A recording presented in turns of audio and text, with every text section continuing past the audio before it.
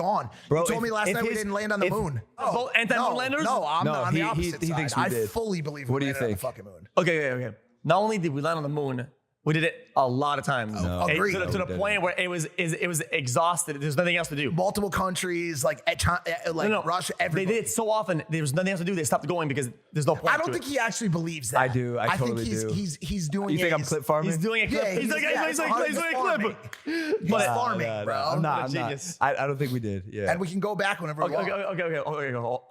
Let's do it in reverse then. Do it in reverse. Okay. Instead of proving the moon landing, right? Prove that everybody lied. Make a hypothetical, right?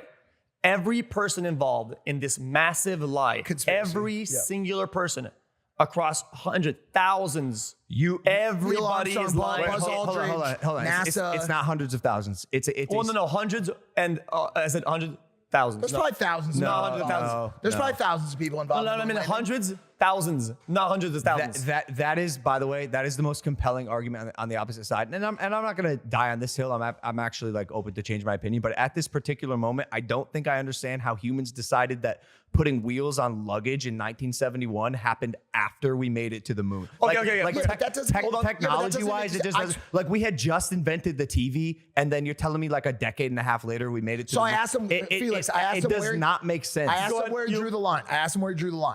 In the early 1960s, probably even late 1950s, we had the SR-71 Blackbird. Still one of the fastest aircraft in the history of mankind, flies at a 80,000 foot ceiling, the upper atmosphere, okay? Really not all that different than just hopping over to the moon. Compelling. Okay. Check this out. Yo. Ramp up. Let's ramp up, okay? And that argument that I said, right? And let's do it even further, right? Why did we go to the moon? Cold War. Yeah. Right? Well, that's why we rushed to the moon. Yeah. That's not why we went. That's why we rushed. To beat Russia. Yeah. So do you think that Russia, right, wouldn't do their homeworks and really look at all that, right, and fall for a bluff? You think they would fall for that? I think they would also bluff. I don't think this technology exists. Felix, today, Elon Musk is shooting a rocket off and landing it on the ground, and everyone's mind is blown. No.